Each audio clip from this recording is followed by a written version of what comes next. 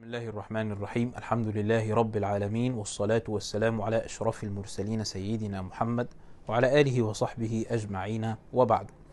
الشيخ الحافظ زين الدين بن رجب الحنبلي رحمه الله تعالى ونفعنا به وبعلومه وعلوم مشايخنا في الدارين آمين mentioned in his beautiful book, very beneficial, الرد على من اتبع غير المذاهب الأربعة. The book has been published and translated and everything. The book is really important and we explained it in the madrasa before, and I think we will repeat that in sometime in the future, inshallah. A book that refutes the claim that anyone can follow anything but the four madhahib. So this is the idea in very few words. However, this is not the point in this video. The point is, in the book he said there is some sort of tadlis. Tadlis is something that we study in ulum al-hadith. For instance, you do not want people to know who your shaykh is. This is one type of a couple of, actually maybe 7 to 10 types of tadlis, but this is one main type of them. To name your shaykh, for instance, if your shaykh was Ahmad bin Hanbal, to name him Abu Abdullah al-Shaybani. People know him as Ahmad bin Hanbal, maybe Abu Abdullah Ahmad bin Hanbal, maybe Abu Abdullah ibn Hanbal, maybe. But you call him Abu Abdullah al-Shaybani or Ahmad ibn Muhammad al-Shaybani instead of Ahmad Muhammad ibn Hanbal. And he called it he named it the tadlis of his shuyukh. So this type of tadlis, this type of manipulation, maybe deceiving the narrator to whom you narrate the hadith, the one who takes the hadith from you. He called it tadlis al-shuyukh. So this happens in the names of people. Ibn Rajab referred to something similar to that, and he said, and those people who call themselves Hanbali, Shafi'i, Maliki, Hanafi, I'm explaining what he said. You will not find this يعني the way I say it, but the meaning is the same meaning. For our brothers who are worse than some of the Zahiriyya, you will not find these words, you'll find that meaning, and I'm explaining it.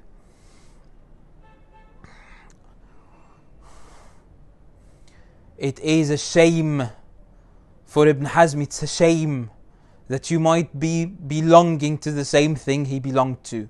Anyways, he said those people call themselves Hanbali, Shafi'i or so, and they do so and they do not follow their madhahib, and they do so to benefit something from following that, from claiming that they follow that madhab. For instance, being Shafi'i so that you benefit being a qadi or holding certain positions, teaching at some school or so, while being a disbeliever, not believing in that madhab that you claimed to follow, or certain waqf money that is assigned to those people who follow a certain madhab. And he said that this is not acceptable. He referred to that meaning, but I didn't bother bringing the book before doing the video because my point is valid anyways. He referred to that meaning, and if he didn't, I will show you something that is similar to what he said if he didn't mention it. The point of doing some tadlis by claiming or by having a name, a part of your name that indicates that you belong to a certain madhab without clarifying that you do not belong to it. So some people will have a part of their name, they will have al-Shafi'i or al-Hanbali or al-Hanafi or al-Maliki. Is this acceptable? Yeah, it's a part of their name. How did that happen? Because of one of their ancestors, one of their grandfathers or so, he followed that madhab, and then it became a part of the name. It's fine. As long as you clarify it, it's fine.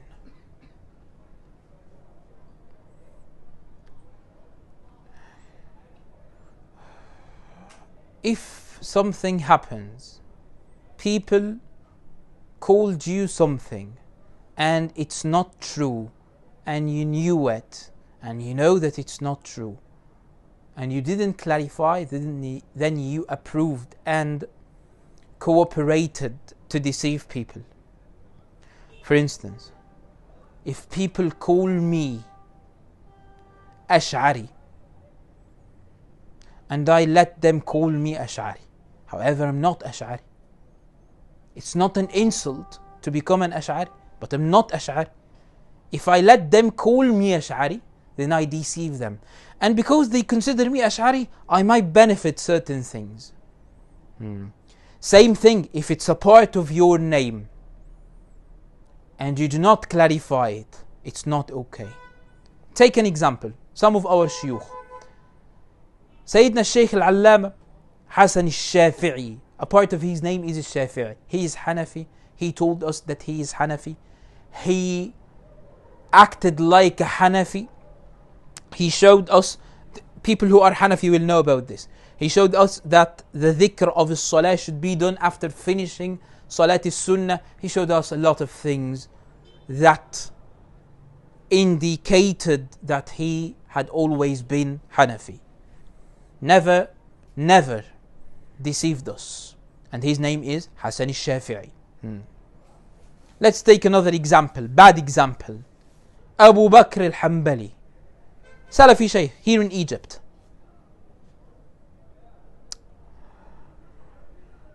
This is a part of his name. It's okay. A part of his name.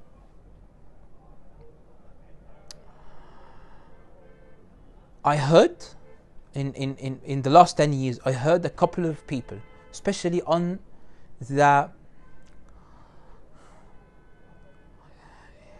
there are real ilmi blogs and websites on the internet in which you find ilm, or on which you find ilm, and you find good contributions and sometimes very beneficial papers or so. And there are others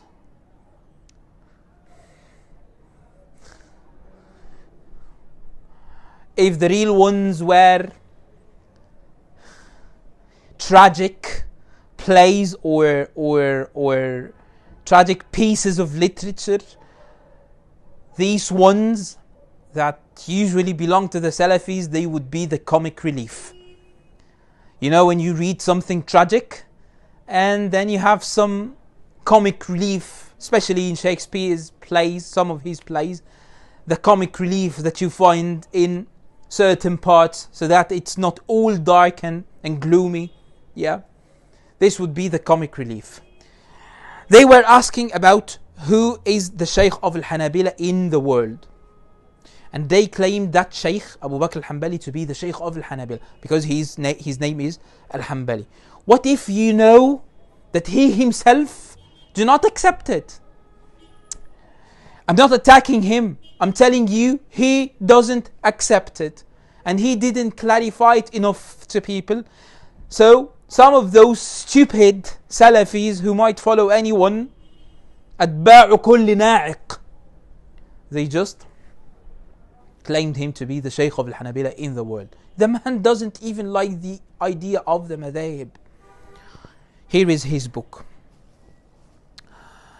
And I was on the website of Dar es Salaam in Egypt. It sells books, a bookshop, and they deliver books. So I bought some of the books, and I decided to see the books of al-Hanabila that I do not have, and especially that they sometimes publish things that they never had before, and old editions sometimes. So I had that, Abu Bakr ibn Muhammad ibn al-Hanbali. Ibn al-Hanbali, this might mean that he is Hanbali or his father was Hanbali. There is a good chance that he was also Hanbali, that the man is also Hanbali. And then I saw the title, Al-Aqidah fi Safahat, لمن أراد الجنات. I said this will never be a book written by a scholar. This has to be some da'iyah or some person who doesn't belong to al-ulama. The name is weak and the name is not clever. Al-Aqeedah fi Safahat لمن أراد الجنات. The fact that it's rhyming, if it's weak and rhyming, it makes it worse. If it's strong and rhyming, it makes it better, usually. This is really bad. For our friends on YouTube, يعني if I have knowledge about when it's good, when it's rhyming, and when it's not good, when it's rhyming, when it comes to the title of the books. This is written sometimes in the books of al-ilm that you have never reached before. Doesn't this tell you that before commenting, you have to consider the type of authority that I might have, so that you do not look like a fool, at least in my eyes? Your self-respect doesn't ache you before falling asleep in the night when you comment these comments on social media that have no meaning, and if they have, it's definitely the deepest point of absurdity.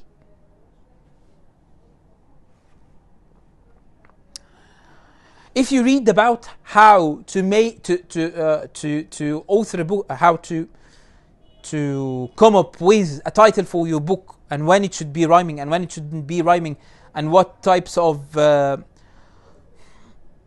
what rhymes would be acceptable and what wouldn't be acceptable, and these things, you know that this, meaning wise and the rhyming itself, it's not really clever. It's not really clever at all. Al-Aqeedah fi Safahat liman arad al-jannat. I said this is not something, but I will buy it because it was cheap. I said I will buy it to see why his name is Ibn al-Hanbali. Figured out that this was a Shaykh that I always knew. The man whom they claim to be the Shaykh of al-Hanabil. A part of his book is dedicated to the issue of al-Madhabiyya is wrong. And he quoted whom? Sayyid Sadiq, the Azhari, who destroyed the idea of al-Madhabiyya in the minds of a lot of people, a lot of young people at the time. The one who contributed to one of the most dangerous innovations of the 20th century and the 21st century. This part starts, I cannot find it, but you can find, found it. فتنة العصبية للمذاهب. And in that part he says the Muslim should follow, in the conclusion of that part, he brought the statements of the four A'imma, and he said, do not follow me, do not follow Malik, do not follow Shafi'i, and take from where they took. I will dedicate a video to talk about this, although it's really obvious what they meant, but we will dedicate a video to talk about this.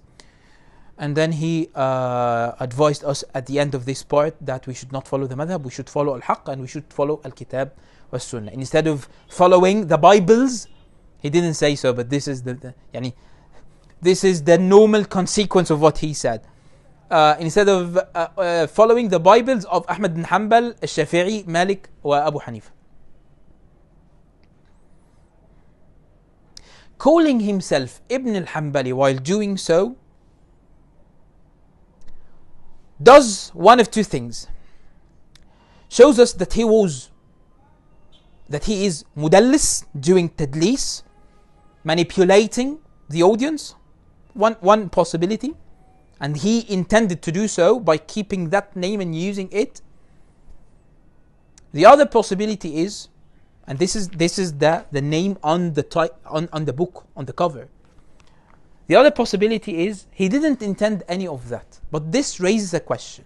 His father was a Hanbali scholar in Al-Azhar al-Sharif.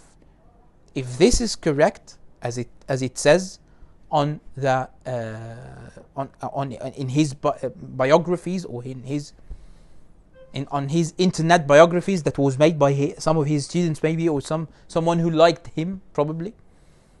If this is correct, then he is among one of those who left the way of their ancestors because they didn't know Tawheed. See the video of Muhammad ibn Abdul Wahhab and his brother and his father, the video of Mufti Mecca ibn Humayd. See it to know about this.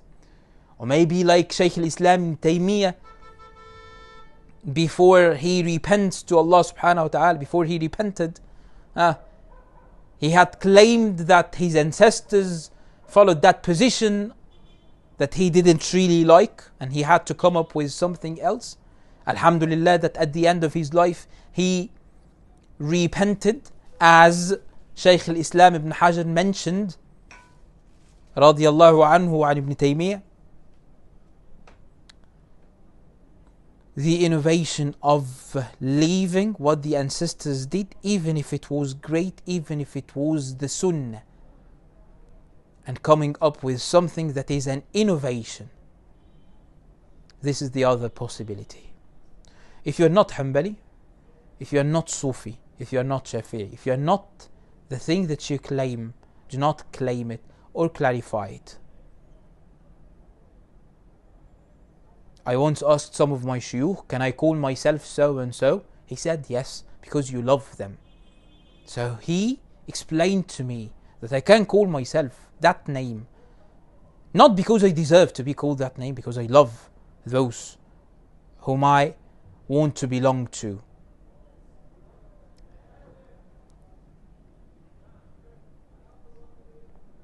This type of tadlis, if it was tadlis, because the other possibility is even worse.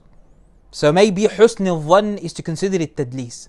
This type of tadlis makes people give you some credibility. They trust you. They give you some authority because you belong to the Hanabila. Abu Bakr al-Hanbali. Sometimes it says Abu Bakr al-Hanbali instead of Abu Bakr ibn al-Hanbali.